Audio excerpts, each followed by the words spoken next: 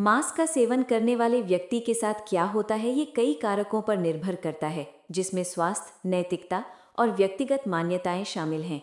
इसके कुछ मुख्य पहलू निम्नलिखित हैं। स्वास्थ्य के दृष्टिकोण से लाभ। मांस प्रोटीन, विटामिन B12, आयरन और जिंक का एक उत्कृष्ट स्रोत है, जो शरीर के लिए आवश्यक पोषक तत्व हैं। संतुलित मात्रा में मांस का सेवन मांसपेशियों के निर्माण और पोषण संबंधी कमियों को दूर करने में मदद कर सकता है। जोखिम। कुछ प्रकार के मांस, विशेषकर लाल और प्रोसेस्ड मांस जैसे सॉसेज, बेकन का अधिक सेवन हृदय रोग, कुछ प्रकार के कैंसर जैसे कोलोरेक्टल कैंसर और टाइप 2 मधुमेह के बढ़ते जोखिम से जुड़ा हुआ है। स्वास्थ्य विशेषज्ञ आमतौर पर संतुलित आहार के हिस्से के रूप में कम मात्रा में दुबला मांस खाने की सलाह देते हैं। नैतिक और पर्यावरणीय दृष्टिकोण से कई लोग नैतिक कारणों से मांस का सेवन नहीं करते हैं, क्योंकि इसमें जानवरों के जीवन को समाप्त करना शामिल है। पशुपालन का पर्यावरण पर भी महत्वपूर्ण प्रभाव पड़ता है, जैसे ग्रीन हाउस गैस उत्सर्जन और संसाधनों की खपत, जो जलवायु परिवर्तन के बारे में चिंतित लोगों के लिए एक मुद्दा हो सकता है। व्यक्तिगत और सामाजिक दृष्टिकोण से सांस्कृतिक और व्यक्तिगत मान्यताएं मांस के सेवन में महत्वपूर्ण भूमिका निभाती हैं।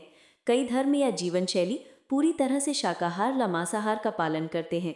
कई लोगों के लिए मांस खाना एक सामान्य पारंपरिक भोजन प्रथा है। संक्षेप में, मांस का सेवन करने वाले व्यक्ति के अनुभव बहुत विविध होते हैं, जो मुख्य रूप से उसके सेवन की मात्रा, मांस के प्रकार और उसकी व्यक्तिगत मान्यताओं पर निर्भर करता है। धार्मिक मान्यताओं के अनुसार जो लोग मांस और मछली का सेवन करते हैं, भगवान उनके कर्मों के आधार पर परिणाम देते हैं। शास्त्रों के दृष्टिकोण में ये तामसिक भोजन माना जाता है और इसे नकारात्मक कर्म पाप उत्पन्न होता है। कर्मों का फल।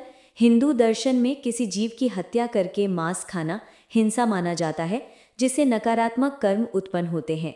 ये माना जाता है कि व्यक्ति को अपने जीवन में या अगले जन्म में इन कर्मों का फल भुगतना पड़ता है। आध्यात्मिक प्रगति में बाधा। भगवद गीता में भगवान कृष्ण ने बताया है कि मांस एक तामसिक भोजन है, जो मन को अशांत करता है और बुद्धि को क्षीण कर सकता है। इससे व्यक्ति का मन ईश्वर भक्ति में नहीं लगता और आध्यात्मिक उन्नति में बाधा आती है। पूजा स्वीकार नहीं होती। कुछ पुराणों जैसे स्कंद पुराण और वराह पुराण के अनुसार जो मनुष्य मांस का सेवन करता है, भगवान उसकी पूजा या भक्ति स्वीकार नहीं करते हैं। निर्णय व्यक्तिगत है। हालांकि ये भी बताया गया है कि मांस मछली का सेवन करना या ना करना व्यक्तिगत पसंद है और भक्ति की शुद्धता व आत्मा का भाव सबसे महत्वपूर्ण है।